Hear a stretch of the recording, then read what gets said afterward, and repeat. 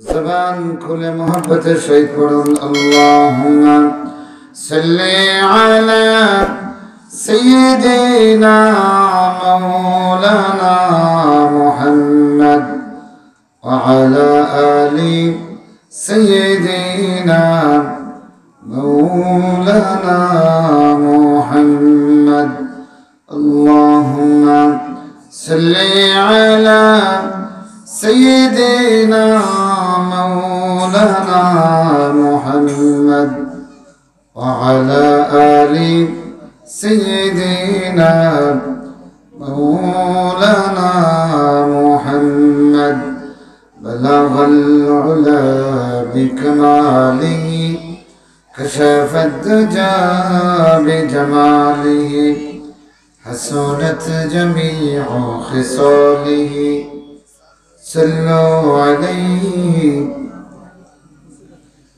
परवाना है नूर का सारी खुदाई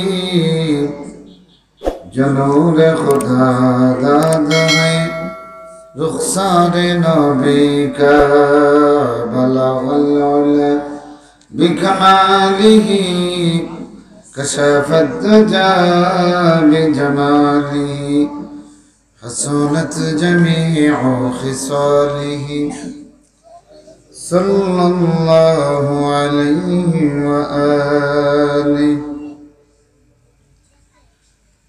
अऊज़ु बिल्लाहि मिनश शैतानिर रजीम या अय्युहन नबिय्यु कुल लिअज़वाजिका व बनातिक वन्निसाइल मुअ्मिनीना युद्नीन अलैहिन्न मिन जलाबिबिहिन ذلك أدنى أن يعرفن فلا يؤذين وكان الله غفورا رحيما وقال النبي صلى الله عليه وسلم أفضل الذكر لا إله إلا الله لا إله إلا الله لا إله إلا الله गला छेड़े आवाज दे पढ़ुन ला इलाहा इल्लल्लाह ला इलाहा इल्लल्लाह अल्लाहु अल्लाह अल्लाहु अल्लाह अल्लाहु अल्लाह अल्लाहु अल्लाह अल्लाहु अल्लाह अल्लाहु अल्लाह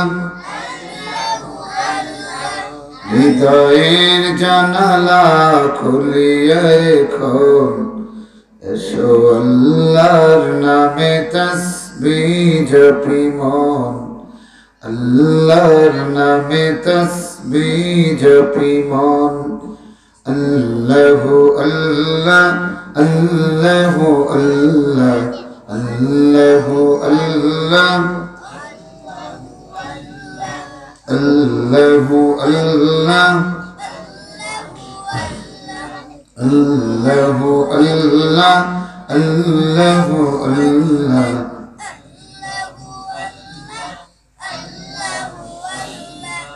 আবেগের শব্দার খোলে এখন अल्लाहर नामे तस्बीह जपो मन अल्लाहर नामे तस्बीह जपो मन अल्लाहु अल्लाह अल्लाहु अल्लाह अल्लाहु अल्लाह ला इलाहा इल्लल्लाह मुहम्मदुर रसूलुल्लाह ঐতিহ্যবাহী দিনী বিদ্যাপীঠ ছোট দেশ হাফিজিয়া ইবতেদায়ী নুরানি মাদ্রাসার বার্ষিক ওয়াজ মাহফিলের সম্মানিত সভাপতি হযরতুল আল্লাহ আসাদউদ্দিন মাদ্দাজিল্লাহুল আলী আতালাল্লাহু উমরাহ, উপস্থিত উলামায়ে কেরাম, ইমামে মাসজিদ, হুফাজে কুরআন, সম্মানিত মুরব্বিয়ান, প্রিয় নওজোয়ান ভাইরা, বিভিন্ন বিদ্যাপীঠে অধ্যাপনারত সম্মানিত শিক্ষক মণ্ডলী, প্রিয় শিক্ষার্থীবৃন্দ, পর্দার আড়ালের সম্মানিতা মা ও বোনেরা, আসুন আমরা কালিমাতুশ শুকর আদায় করি। সকলে জবান খুলে জাগ্রত উচ্চারণে পড়ি আলহামদুলিল্লাহ। মাশাআল্লাহ, ছোট বাচ্চারা খুব সুন্দর করে আলহামদুলিল্লাহ পড়লো। অনেকে কিন্তু আলহামদুলিল্লাহ বলেন নাই,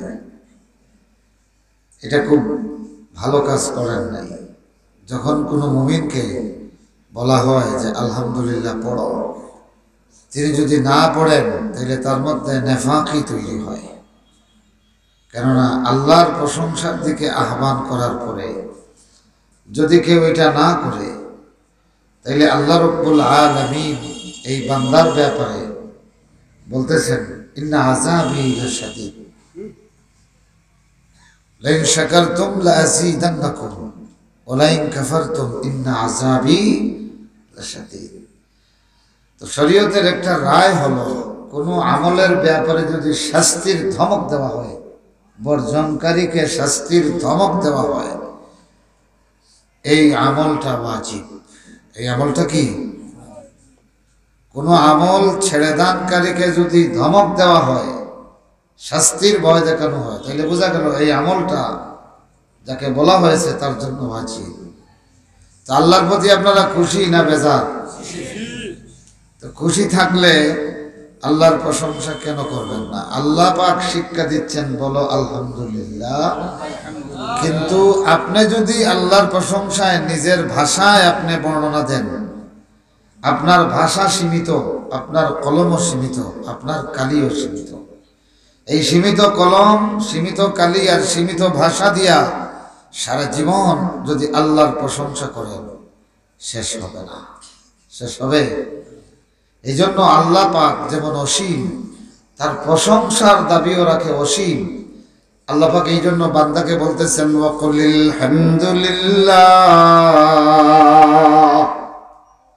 আমাদের যে এর যে ভাগ্যবান আমরা কি হতে পারি? আল্লাহ শিক্ষা দিচ্ছেন, বান্দা তুমি বলো আলহামদুলিল্লাহ। সকলে পড়ুন আলহামদুলিল্লাহ।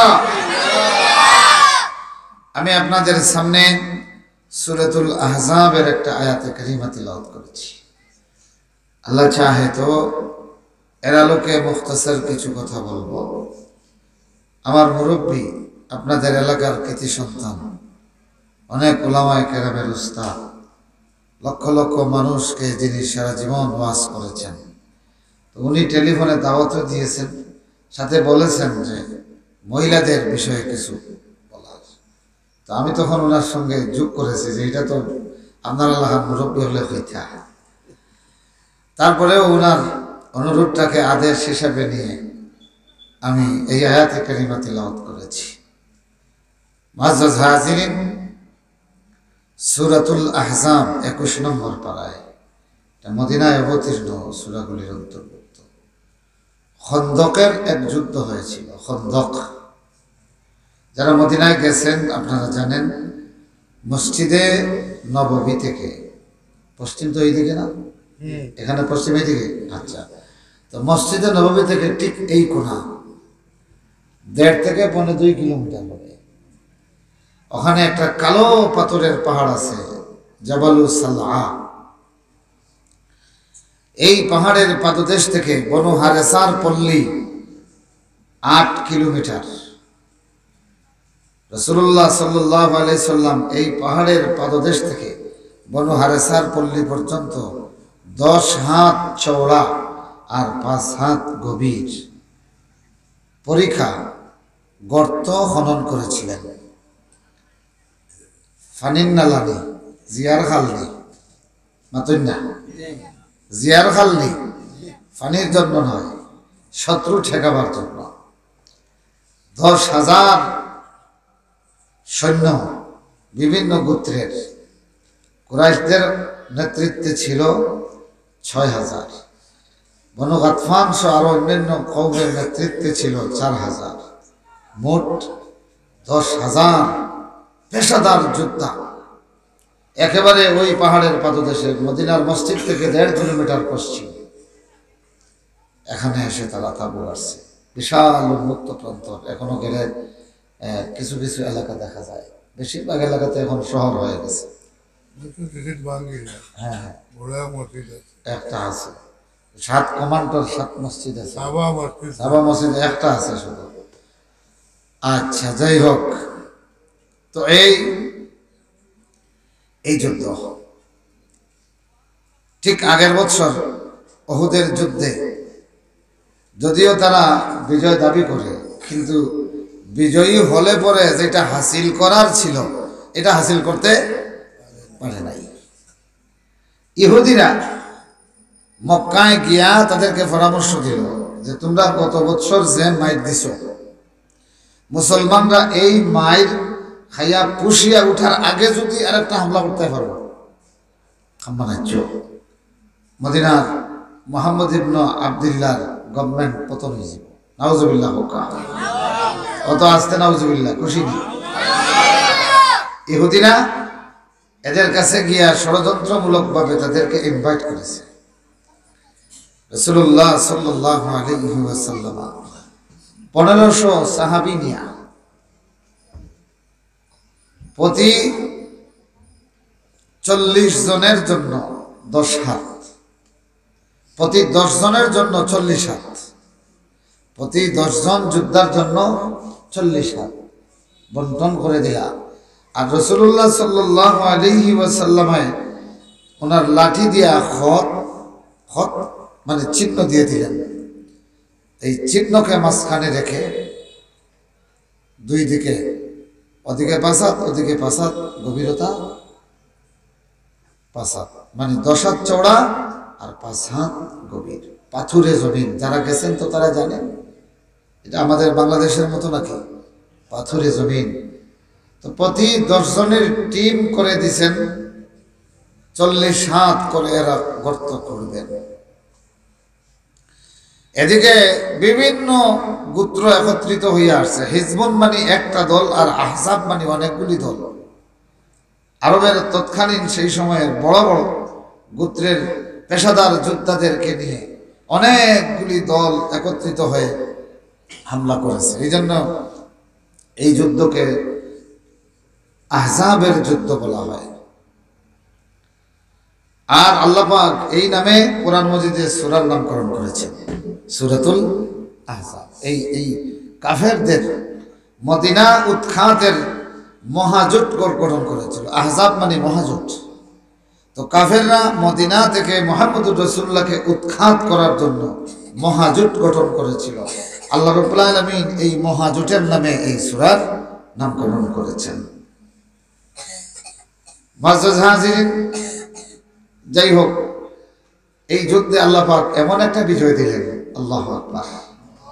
রাসূলুল্লাহর নেতৃত্বে 1500 সাহাবী, 750, মাত্র 750 হলেন নিয়মিত যোদ্ধা, বিভিন্ন যুদ্ধের অভিজ্ঞতা আছে, আর বাকি সব নতুন।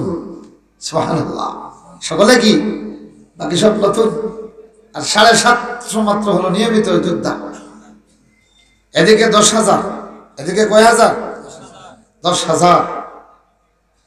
তো ওনারা শুধু পরীক্ষা খননের কষ্টটাই করলেন, বাকি 1 মাস অটল পাহাড়ের মতো পরীক্ষার এই পার থেকে এদেরকে ঠেকালেন। সুবহানাল্লাহ।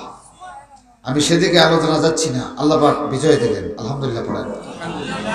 আল্লাহ পাক কি দিলেন?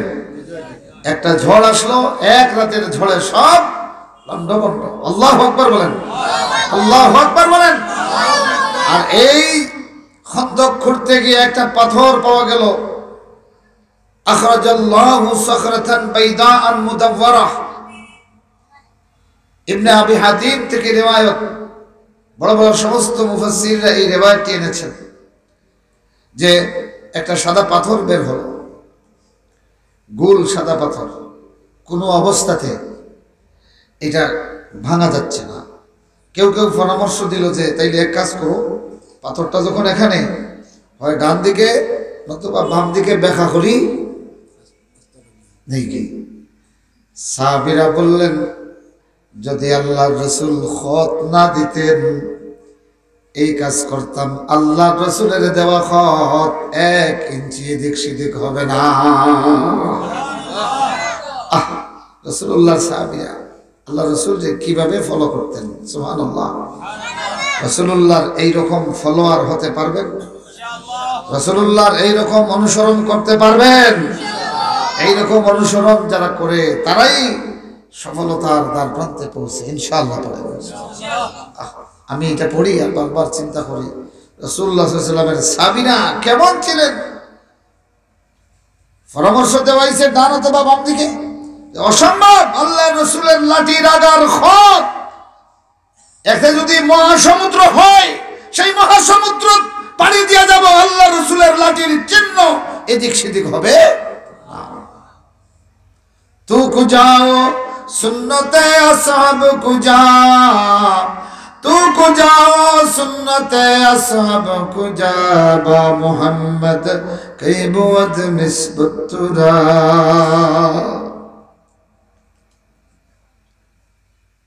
আল্লাহ পাক বিজয় দিলেন অনেকগুলি জরুরি বিষয়। একটা দেশের আভ্যন্তরীণ বিষয়ে নাগরিকরা কি কি পদক্ষেপ নেওয়া দরকার, দেশদ্রোহীদের ব্যাপারে কি কি পদক্ষেপ নেওয়া দরকার, দেশ হানাদারদের আক্রমণে আক্রান্ত হলে কাকে ফলো করা দরকার, আল্লাহ এটাও জানিয়ে দিলেন। সুবহানাল্লাহ। শুনবেন, সেটা শুনবেন। একটা দেশ স্বাধীনতা সার্বভৌমত্বের দিক থেকে হুমকির সম্মুখীন হলে পদাঙ্ক অনুসরণ করবেন কার, আল্লাহ এই মডেলটাও কোরআন মজিদে দিয়ে দিয়েছেন। বলবো সেটা, তিনি হলেন মুহাম্মদুর রাসূলুল্লাহ সাল্লাল্লাহু আলাইহি ওয়াসাল্লাম। এই প্রেক্ষাপটেই আল্লাহ পাক নাযিল করেছেন লাকাদ কানা লাকুম ফি রাসূলিল্লাহি উসওয়াতুন হাসানাহ। আল্লাহু আকবার বলেন, আল্লাহু আকবার বলেন।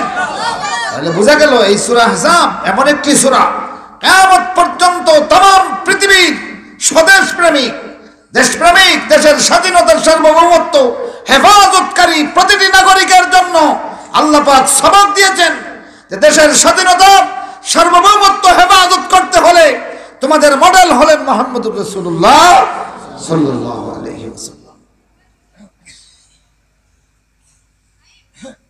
তাহলে বোঝা গেল স্বাধীনতা সার্বভৌমত্ব হেফাজতের লড়াইয়ের কমান্ডিং আল্লাহর কোরআনে আছে, আছে কি নাই? আলহামদুলিল্লাহ পড়েন। মুআজ্জাজ হাজিরিন, এখন মদিনায় একটা সমস্যা সৃষ্টি হলো। সমস্যা হলো মহিলাদেরকে, মায়েরা খুব খেয়াল করে শুনবেন। সন্ধ্যার পরে তখনও হিজাব ফরজ হয় নাই, যে যার মতো করে পোশাক পরে বাইর হতেন। আমাদের দেশে যেরকম এখন অ্যাটাচড বাথরুম আছে অথবা বাড়ির ভিতরে আছে, মদিনায় তখন এইরকম ছিল না। বাড়ি থেকে দূরে বাইরে মহিলাদের জন্য পাথর দিয়ে ওয়াল করা বিশেষ জায়গা খিলওয়াতের জন্য, প্রস্রাব পায়খানার জন্য রাখা হতো। তো মহিলারা সাধারণত সন্ধ্যার পরে বাতকাজ সারার জন্য, পায়খানা করার জন্য ওখানে যেতেন। এতে রাস্তাঘাটে অন্ধকারে কিছু দুষ্কৃতিকারী চান্স নিত। অন্ধকারে তো ওই মহিলা চিনা দিত না, তখন মাঝে মাঝে ইফটিজিং করত, সোজা কথায় ইফটিজিং করত। আল্লাহ রসুলের কাছে এই ব্যাপারে কিছু মহিলারা, রসুলের পরিবারের মহিলা, মুমিনদের পরিবারের মহিলা এসে আল্লাহ রসুলের কাছে কেস দিলেন, মামলা দিলেন। ইয়া রাসূলুল্লাহ, ইদানিং আমরা সন্ধ্যার পরে বাত কাজ সারতে গেলে রাস্তায় অন্ধকারে কিছু দুশ্চরিত্রকারী আমাদেরকে ডিস্টার্ব করে। তো মামলা একেবারে রাসূলুল্লাহর কাছে। কার কাছে? খুব খেয়াল করে শুনবেন। এখন এটা এই দেশের মহিলাদের সমস্যা। কাদের সমস্যা? মদিনার মহিলা নাগরিকদের সমস্যা, আর অভিযোগ স্বয়ং মদিনার সর্বময় ক্ষমতার অধিকারী মুহাম্মদুর রাসূলুল্লাহ সাল্লাল্লাহু আলাইহি ওয়াসাল্লামের কাছে। আল্লাহ পাক তখন এই আয়াতটা নাযিল করলেন। সুবহানাল্লাহ। ও বরদেশের মায়েরা বোনেরা খুব খেয়াল করে শোনেন, যারা বলে কোরআন হাদিসে মহিলাদের কোনো অধিকার নাই, আপনারা দেখেন আপনাদের সমস্যা, আপনাদের কেস মুহাম্মদুর রাসূলুল্লাহর কাছে, আর ফয়সালা আসতেছে আসমান থেকে। সুবহানাল্লাহ। ফয়সালা আসতেছে কোথা থেকে? আসমান থেকে। তাহলে মহিলাদের ব্যাপারে আল্লাহর কোরআনে, আল্লাহর কিতাবে অধিকারের কথা আছে কি নাই? আছে। দেখেন আল্লাহ পাক মহিলাদের কথাটা কিভাবে জবাব দেন। হযরত খাওলা রাদিয়াল্লাহু তাআলা আনহা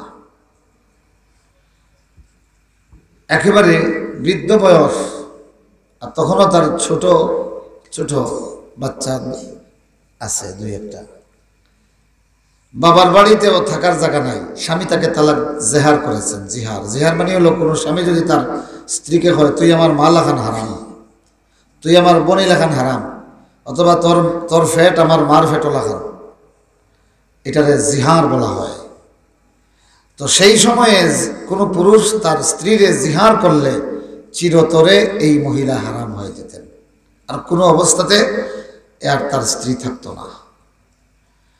তো এই খাওলা রাদিয়াল্লাহু তাআলা আনহার স্বামী বৃদ্ধ বয়সে তাকে জিহার করেছেন।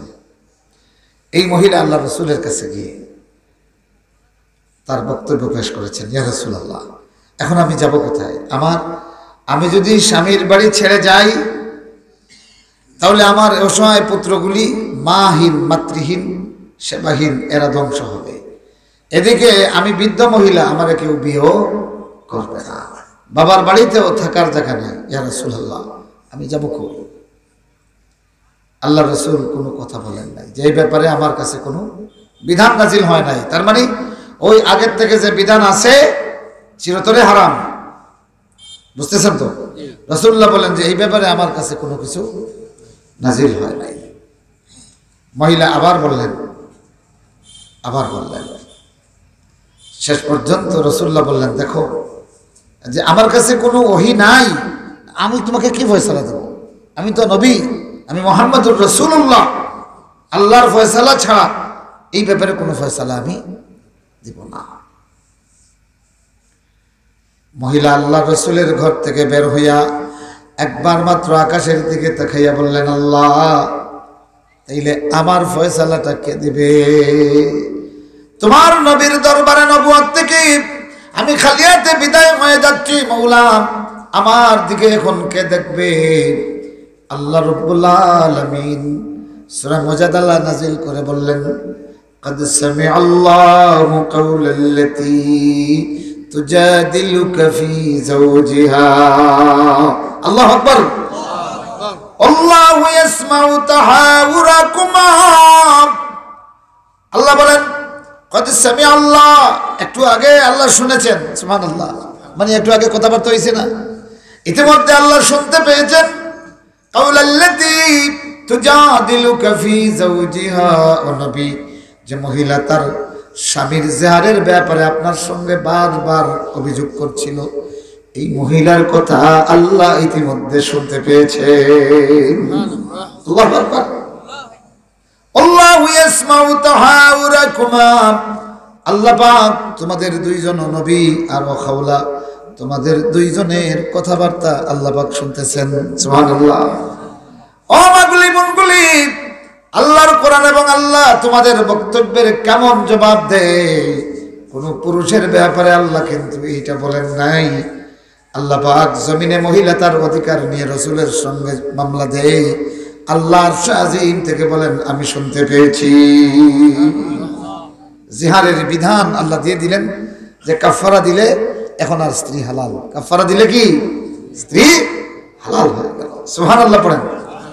জাহিলিয়াতের যুগে ছিল জিহার হয়ে গেলে চিরতরে এই স্বামী আর স্ত্রী আলাদা হয়ে যাবে, কোনো অবস্থাতে আর এদের বিবাহ তাজদিদ হবে না।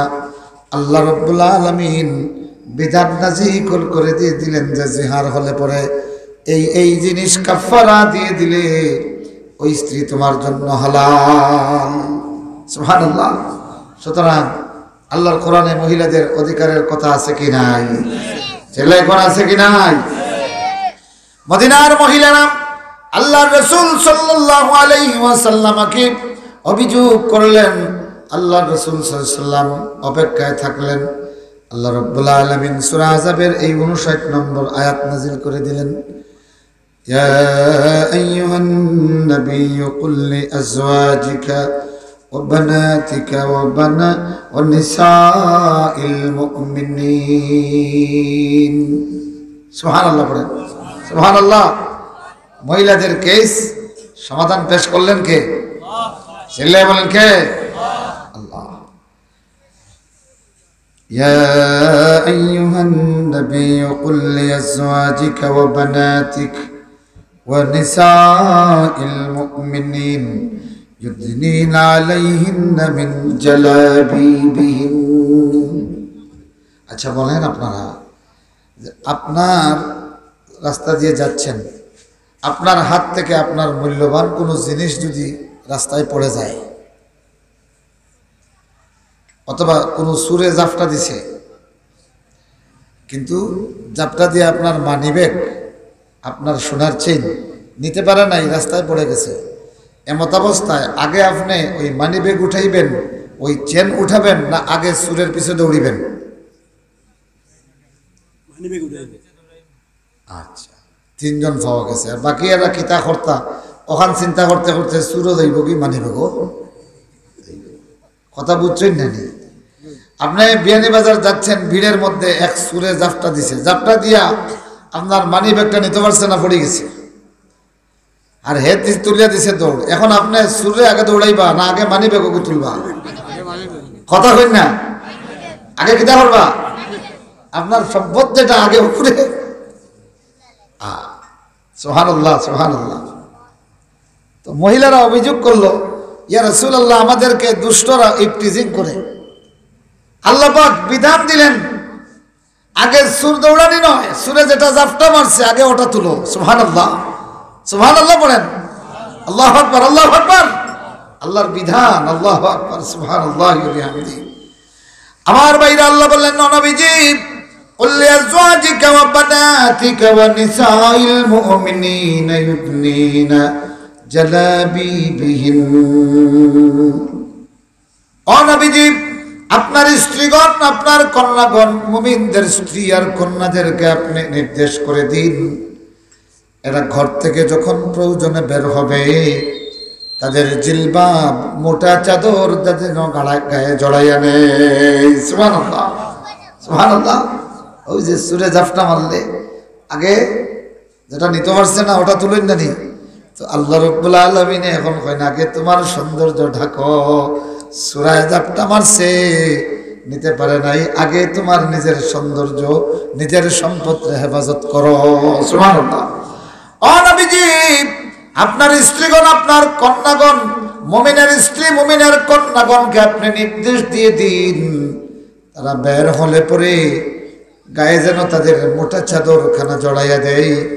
যালিকা আদনা আন ইউরাফনা ফালা ইউযাইন। ও নবীজি, এই পদ্ধতিটা হলো আদনা আন ইউরাফনা, তাদেরকে অভিজাত হিসাবে, তাদেরকে স্বাধীন নারী হিসাবে, তাদেরকে সতী হিসাবে পরিচয় করার জন্য সবচেয়ে উপযোগী কাছাকাছি। ফালা ইউযাইন, ফলে তাদেরকে আর কষ্ট দেওয়া হবে না। কি করা হবে না? ছেলে এখন কি করা হবে না? কষ্ট দেওয়া হবে না। আমার বন্ধুরা, আমার ভাইরা, কলা গাছ চিনেন তো? চিনেন? তো কলায় যখন ঢেক ছাড়ে, এটা কত পর্দার ভিতরে থাকে? কথা বল না?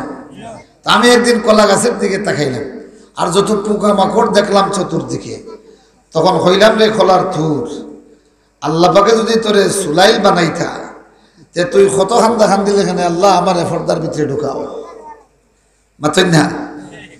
অথবা মালিকের সব সময় মাছি মারনি লইয়া, ফেনাইল লইয়া ও খোলা গাছর গালার টাকা লাগলো। কথা বলেন ঠিক না?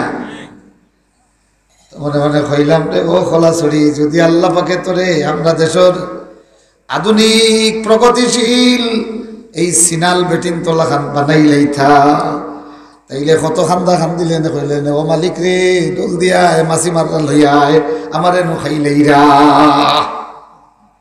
কথা বুঝরানি, ইশারা বুঝরানি?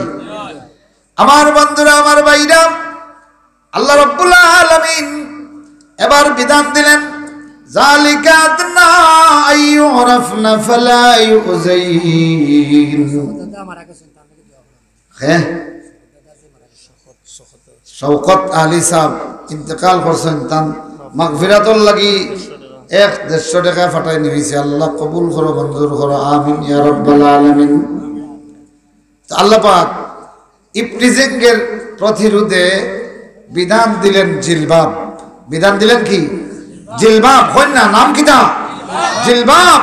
জিলবাব মানে হলো মোটা চাদর, যেটা চাদর আপনার এমনিতেও গাড়া গাড়া, বুঝেন তো, ইজাত ফাতলা নাই, যেটা দেখলে আবার আয়না লাখান ভিতর দেখা যায়। জিলবাব বলা হয় মোটা পুরো চাদর, আবার মোটা যেটা মাথা থেকে কদম পর্যন্ত আবৃত করতে পারে, এটাকে বলা হয় জিলবাব। তো আল্লাহ রাব্বুল আলামিন ইফতিজিং প্রতিরোধে জিলবাবের বিধান দিলেন। এই জিলবাব ফর্তাকে বেটাইতে না বেটিনতে মতন না, ইফতিজিং বন্ধের জন্য সুবহানাল্লাহ। তখন মদিনায় কোনো পুলিশ নাই, গোয়েন্দা নাই, বিজিবি নাই, সেনাবাহিনী নাই। আল্লাহ রাব্বুল আলামিন মহিলাদেরকে দিলেন জিলবাব। আল্লাহ এবং এটা বলে দিলেন, গ্যারান্টি দিলেন যে এই যদি হয় তাইলে তোমরা যখন রাস্তা দিয়ে বের হবে তখন দুষ্ট লোক যেগুলি যদি এই রকম আবৃত্ত কোনো মহিলা দেখে, দেখলে কইব রে বাবা ই বেটিরে কুপ্রস্তাব দিয়া লাভ নাই। কথা কই না? দেখুন যেন বাজারও যে বেটিয়ে সিনালো হলো লাখান আঠে, ইগুর বাইতে বেশিরভাগ ফুয়েন্তে সাইন না সাইয়া তারাও আশা করে। এই মহিলারে যদি কোনো মানুষে একা নির্জনে ফাইলায় তাইলে হুঙ্গা দিতে খাতির করবো নি, মাতই না, মোটেও খাতির করতো না, দরেও হুঙ্গা দিলি কেন যে তাইন যে পজিশনে আসেন, যেভাবে তাইন চলরা, তান আটায় আর চুল বান্ধায় হিকে বুঝে যে এই বেশ আপত্তি করতে নাই, ঠিক না? আর মহিলা যদি এই রকম থাকে, আপনি যার যেখানে যদি গো আফা হইতে কি এই যায় উঠে যদি তুমি কি করতাই, তার সকল রসলা মিছিবা, ঠিক না? বাবারে ইনো প্রস্তাব দিলে খাটি বেড়াই দেব, ঠিক না? আল্লাহ পাকে মহিলাদেরকে এটা শিক্ষা দিচ্ছেন। সুবহানাল্লাহ বলেন। ও মায়েরা, আপনাদের ঘরকে শুধু আপনাদের কারণে আল্লাহ ভিআইপি মর্যাদা দিয়েছেন। সুবহানাল্লাহ। বাইর করে দেখেন কোরআনের আয়াত। এক মুমিন আরেক মুমিনের ঘরে বাড়িতে গেলে ইস্তেজান লাগে, অনুমতি লাগে, এবং এই অনুমতির একমাত্র কারণ আওরাত মহিলা। সুবহানাল্লাহি ওয়া বিহামদি। আচ্ছা বলেন তো, ডিসির বাসায়, ডিসির বাংলায় অথবা ডিসির অফিসে আপনি ইচ্ছা মতো গিয়ে ঢুকতে পারবেন? কি লাগবে?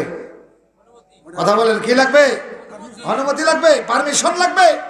তো এই পারমিশনের মাধ্যমে যার পজিশন যত বড় হয় তার সাক্ষাৎ এবং তার আদালত তত রেস্ট্রিক্টেড হয়, তাই না?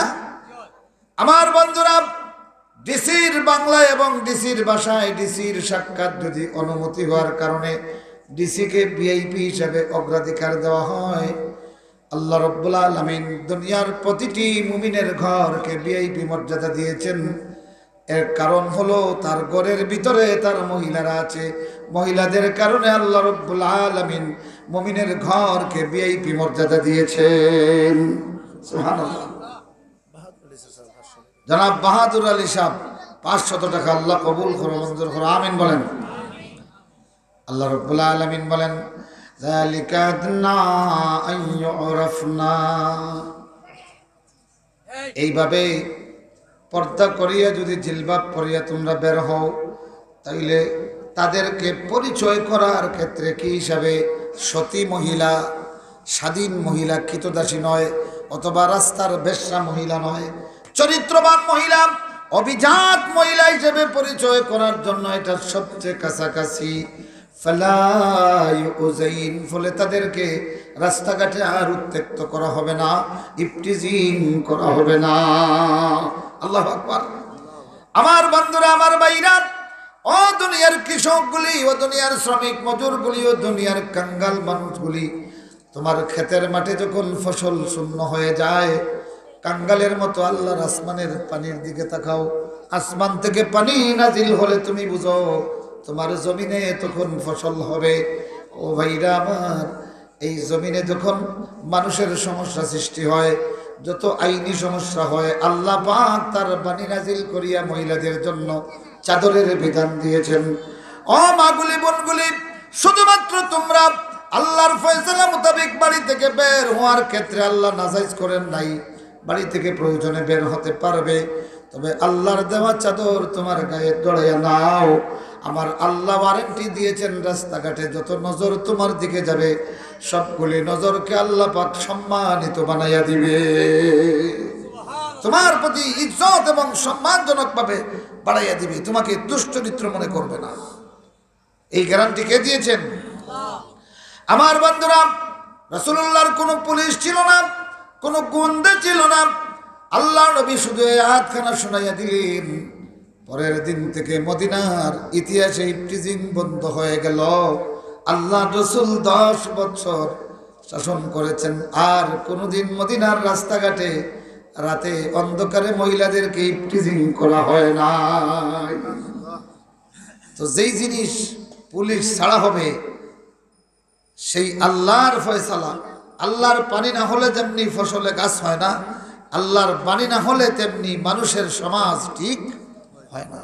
তো আল্লাহ যেখানে ইফটিজিং বন্ধের জন্য জিলবাবের বিধান দিয়েছেন, এইটারে যদি আমরা ব্যাকফুটেড বলি, প্রগতির অন্তরায় বলি, মহিলাদের অধিকারের খেলাফ বলি, তাইলে গালি দেওয়া হলো কাকে? কথা কই না, গালি দেওয়া হইল কারে? আল্লাহ রে। ইফটিজিং বন্ধের জন্য আল্লাহ দিলেন জিলবাবের বিধান, বুরকার বিধান। আর এই বুরকারে যদি কেউ কটাক্ষ করে, বইয়াকে সে আল্লাহর আইনের বিরুদ্ধে বিদ্রোহ করে, ঠিক না? আর আল্লাহর আইনের বিরুদ্ধে যে যুক্তি দেয়, এই একই খাম করতো ফেরাউনে। আল্লাহর বিধানের খেলাফ মুসার লোকে তর্ক করছে কে? জানেন না? কোরআন শরীফ সূরা তাওবার কিলা তর্ক করছে? হযরতে খলিলুল্লাহ ইব্রাহিমের সঙ্গে তর্ক করছে নমরুদে, মাতন না? আল্লাহ নবী হুদ আলাইহিস সালাতু ওয়াস তাসলিমের সঙ্গে তর্ক করেছে সাদ্দাদে, করে নাই? আর রাসূলুল্লাহ সাল্লাল্লাহু আলাইহি ওয়াসাল্লামের সঙ্গে তর্ক করতো আবু জেহেলে, আস বিন ওয়াইলে, এরপরে উমাইয়া ইবনে খালাফে, এরপরে ওলীদ ইবনে মুগিরায়। তো যারা রাসূলুল্লাহর সঙ্গে, নবী রাসূলের সঙ্গে আল্লাহর বিধান লইয়া তর্ক করত, আল্লাহ তাদেরকে খুব সম্মান বাড়াইছেন না দর্শন? কথা কই না? খুব খেয়াল করে শোনেন। ফেরাউন আল্লাহর আইনের বিষয় নিয়ে মুসা আলাইহিস সালাতু ওয়াস তাসলিমের সঙ্গে তর্ক করেছে। এই তর্ক করার কারণে ফেরাউনকে আল্লাহ বলতেছেন, ফাখাযাহুল্লাহু নাকালাল আখিরাতি ওয়াল উলা। অতঃপর আল্লাহ পাক তারে দুনিয়া আখিরাতের শাস্তি দিয়ে পাকড়াও করছেন। আজান কয়টায়? হ্যাঁ,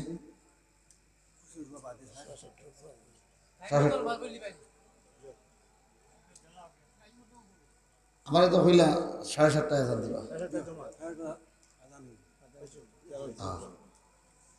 আচ্ছা, 13-15 মিনিট আছে। আর শেষ করলে আমার ভালো, আমি যেতাম পক্ষে ধরুই।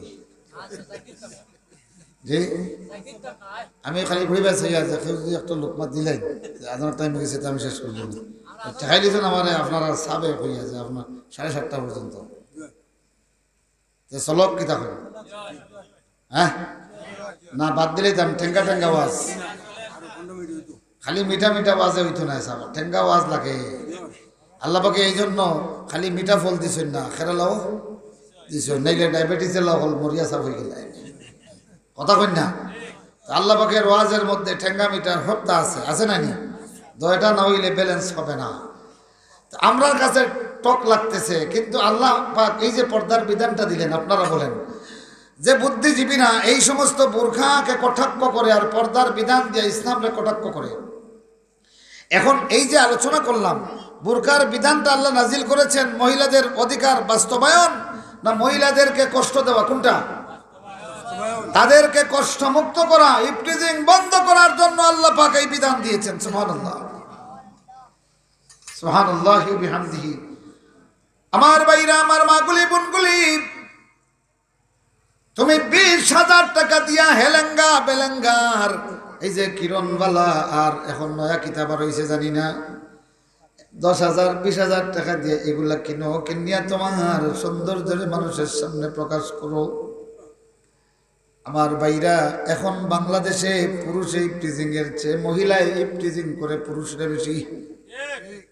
ইফটিজিং মানে কি? যৌন উত্তেক্ত করা, যৌন সুরসুরি দেওয়া, যে খামে যে সেরায় মানুষের যৌন সুরসুরি দেয়। এখন আপনারা হোকা যেভাবে যে ড্রেস ফিন দিয়া মহিলারা রাস্তাত বার হয়, এটা দেখার পরে পুরুষ যারা, পুরুষদের মধ্যে যৌন লালসা বাড়ে না কমে?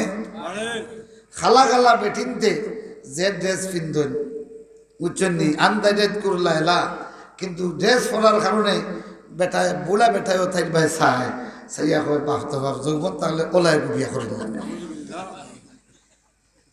এখন আপনি বলেন, একটা মহিলা তার সৌন্দর্যের সব কিছু উদ্যম করে রাস্তা দিয়ে বের হচ্ছে, আরেকটা পুরুষকে ডিস্টার্ব হচ্ছে না? এটা কথা বলেন, ডিস্টার্ব হচ্ছে না?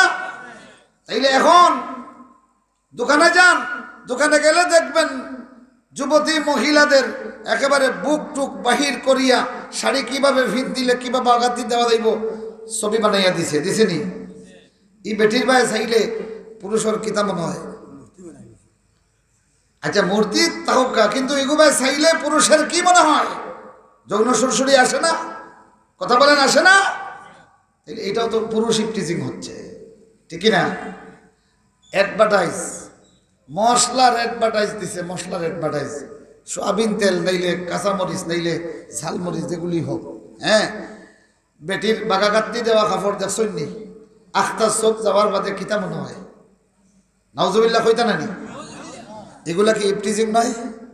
এই সমস্ত দৃশ্য, এই সমস্ত অ্যাডভার্টাইজ কি পুরুষের যৌন সুরসুরি দেওয়া হয় না? আমার ভাইরা, এই জন্য আল্লাহ রাব্বুল আলামিন এই পদ্ধতি অবলম্বন করেছেন। চুর ঝাপটা দিয়া তোমার স্বর্ণালঙ্কার ধরছে, এইটা ফেলে দৌড় দিছে, আগে চুরের পিছনে নয়, এখন তোমাকে ধরতে হবে, তোমার স্বর্ণালঙ্কার সেট করতে হবে, ঠিক না? আমার আল্লাহ এই জন্য বলে না ইউদ্দিনা জালাবিবিহিন, ইউদ্দিনা জালাবিবিহিন যালিকা আদনা আইয়ুরাফনা ফালা ইউযাইন। ও মাগুলি বোনগুলি, 12,000 টাকা দামের হেলেঙ্গা, 12,000 টাকা দামের কারারা, 12,000 টাকা দামের এই নায়িকা মার্কা পোশাকগুলি তুমি পরো, আর মানুষের কাছে এইটা উদ্যম শরীর নিয়ে ঘোরাও। আল্লাহর কসম, 5 কাপড় দিয়ে তোমার যখন কাফন দেওয়া হবে, 50 কাপড় দিয়ে দিলেও কাজ হবে না। সব কাপড়ে চিন্তাই করিয়া জাহান্নামের আগুন দিয়ে তোমারে উলঙ্গ পেটানো হবে। আমার মাগুলি, আর তুমি যদি আয়েশা মডেল গ্রহণ করো, কারারা মডেল আর কিরণবালা মডেল না গ্রহণ করিয়া আয়েশা মডেলটা যদি গ্রহণ করো, রসুলের মডেল গ্রহণ করো, তোমার লাশ এই 5খানা সাদা কাপড়ের ভিতরে ঢুকাইবার আগে আমার আল্লাহ জান্নাত থেকে তোমার লেবাস পাঠাইয়া দিবে। জান্নাতের লেবাস তোমার জন্য আসবে। মুআজ্জাজ হাজিরিন, এই জন্য আসুন আল্লাহর দেওয়া বিধানটা আমরা সর্বপ্রথম আমাদের স্ত্রী, আমাদের কন্যা, আমাদের পরিবারের সকলের জন্য লাজিম করে নিতে রাজি আছেন? আপনারা রাজি আছেন? যারা প্রগতির অন্তরায় বোরকাকে মনে করে, যে দেশে কোনো মুসলমান নাই, কোনো ইসলামের বিধান নাই, সেই দেশে কি নারী নির্যাতন হয় না? কথা বলেন, হয় কি হয় না? একমাত্র কোরআন বলতেছে ওয়াইজাল মাউউদাতু সুইলাত বিআইয়ি যামবিন কুতিলা। আজকে যেই ভারত ধর্মনিরপেক্ষতার দাবিদার, প্রতি বৎসর লক্ষ লক্ষ কন্যা সন্তান হত্যা করা হয় নীরবে। এগুলি রেকর্ডেড বিভিন্ন পত্র পত্রিকা এবং আপনার বিভিন্ন পর্যালোচনা এবং জরিপে উঠে এসেছে। শুধু ভারতবর্ষে কয়েক লক্ষ কন্যা সন্তান প্রতি বৎসর হত্যা করা হয়। এরা আবার নারী অধিকারের কথা বলে, নাউজুবিল্লাহ পড়েন। আর ইসলাম বলেছে একটা প্রথম কন্যা সন্তান যার হবে, আল্লাহ রসুল সরাসরি তাকে জান্নাতের সুসংবাদ দিয়েছেন। সুবহানাল্লাহ। একাধিক কন্যা সন্তান যার, রাসূলুল্লাহ বলতেছেন আমি এবং সে আল্লাহর জান্নাতে কাছাকাছি থাকবো। সুবহানাল্লাহ। এখন আপনারা বলেন ইসলাম নারীদের অধিকার কতটুকু দিয়েছে? এই বোরকার বিধানই তো দিয়েছে নারী অধিকার বাস্তবায়নের জন্য। যদি একজন মহিলা তার উদ্যম শরীর উন্মুক্ত করে বেহায়ার মতো চক্কর দেওয়াকে যদি তোমরা নারী অধিকার বলো, তাইলে এটা তো দুর্গতি, এটা সমাজ এর বিরুদ্ধে এবং এটা সমাজকে ধ্বংসের জন্য যথেষ্ট, ঠিক না? আমার বন্ধুগণ, আমার ভাইরা, যার কারণে আধুনিক যুগে প্রগতিবাদী যারা, এরাই হলো দুর্গতির মূল কারণ। চিল্লায় কোন, ঠিক না? এরা ইসলামকে বারবার দোষারোপ করে বাংলাদেশের অগ্রগতির অন্তরায় ইসলাম। আমি একদিন বললাম যে ও ভাই, বাংলাদেশের জন্য অগ্রগতির অন্তরায় ইসলাম, তা আপনি বলেন যে বাংলাদেশের স্বাধীনতার 50 বছর হয়েছে, আজ পর্যন্ত কোনোদিন বাংলাদেশের আদালতে সংসদে ইসলামকে আইন হিসাবে ঘোষণা দিয়া ইসলামিক কানুন জারি করা হয়েছে? হয় না। বাংলাদেশের আদালতে মহিলাদের, তারপরে দেওয়ানি, ফৌজদারি সব আইন রোমান, ইন্ডিয়ান, এরপরে ব্রিটেনিয়ান, আমেরিকান আইনে চলে। আর দোষ যত নন্দঘোষ ইসলামের। তুমি একটা বিষয় শুধু নারী অধিকারের বিষয়টা, ইসলামের নীতিটা আদালতে কায়েম করো, আর বেশি নয়, মাত্র 1 বছর এই ইসলামী নারী নীতিটা তুমি কায়েম করো। এরপরে যদি নারী অধিকারের কোনো ক্ষতি হয় তাইলে ইসলামকে দোষারোপ করবে। জীবনে কোনোদিন নারী অধিকারের ক্ষেত্রে ইসলাম প্রতিষ্ঠা করলা না, আবার দোষারোপ করো ইসলামকে। নারী অধিকার বাস্তবায়নের জন্য বাংলাদেশের রোমান আইন আছে, দিল্লির আইন আছে, ব্রিটেনের আইন আছে, আমেরিকার আইন আছে, পর্তুগালের আইন আছে, জাপানের আইন আছে, চীনের আইন আছে, কিন্তু মদিনার কোনো আইন নাই। যেরকম আছে আছে, তো মদিনার একটা আইনও নাই। সুতরাং নারী অধিকার যদি হরণ হয়, তাইলে এই জন্য কোনো আইন দায়ী হলে রোমান আইন দায়ী, ব্রিটেনিয়ান আইন দায়ী। ছেলে এখন ঠিক না? আমার ভাইরা, আসো একটা বার অনটেস্ট আমরা একটা বার বাংলাদেশে ইসলামের বিধান কায়েম করি, তখন দেখবা নারী বলবে আমার অধিকার যথার্থ হয়ে গেছে, পুরুষ বলবে আমারও অধিকার পেয়ে গেছি, ছেলে বলবে আমার অধিকার পেয়ে গেছি, মেয়ে বলবে আমার অধিকার পেয়ে গেছি। মুআজ্জাজ হাজিরিন, মুহতারাম হাজিরিন, আর যারা আল্লাহর আইনের ব্যাপারে তর্ক করে, সমস্ত উলামায়ে কেরাম, স্বয়ং আল্লাহ রসুল সহ সাহাবায়ে কেরাম এক যুগে ফতোয়া দিয়েছেন এই লোক মুরতাদ। এই লোক কি? মুরতাদ। এখন আপনারা বলেন, আমাদের দেশে বিভিন্ন ইসলামী বিষয় নিয়ে টকশুতে ওলামায়ে কেরামের সঙ্গে বড় বড় নাস্তিকরা তর্ক করে না? কথা বলেন, তর্ক করে না? এই যে হযরত মাওলানা শাহরিয়ার কবির নামে একটা ভাই রয়েছে, হ্যাঁ, বড় বড় ওলামায়ে কেরামের সঙ্গে পর্দার বিষয় নিয়ে, জিহাদের বিষয় নিয়ে তর্কে লিপ্ত হয়। সে যুক্তি, ওনারা হাদিস বলেন আর সে পাল্টা যুক্তি দেয়। তাইলে হাদিসের বিরুদ্ধে, কোরআনের বিরুদ্ধে যদি কেউ যুক্তি দেয়, তারে আর ইমানদার বলা যায়? কথা বলেন, ইমানদার বলা যায়? ইমানদার বলা যায় না। যার কারণে আজকে সারা বাংলার মুসলমানকে যার যার অবস্থানে থেকে, আমি বলবো না আপনি আপনার পার্টি পরিবর্তন করুন, কিন্তু আজকে আমি যে যে পার্টিতে থাকি না কেন, ইমানদার হিসেবে প্রত্যেকের অবস্থান থেকে নাস্তিকের ব্যাপারে জিরো টলারেন্স, এদের সঙ্গে কোনো আপোষ নাই। যদি এদের সঙ্গে কোনোভাবে আপোষ করেন, আগামী 20 বছরের ভিতরে, আরে ভাই, পর্দার ওয়াজ করা তো দূরের কথা, পর্দা করে কোনো মহিলা বাহির হতে পারবে না। বুরকা পরার জন্য আদালতের শরণাপন্ন হতে হবে। যেমন জার্মানিতে হতে হয়, ব্রিটেনে হতে হয়, ফ্রান্সে হতে হয়, ঠিক না? মুআজ্জাজ হাজিরিন, মুহতারাম হাজিরিন, এই জন্য আসুন এই সমাজটাকে সংশোধন করি।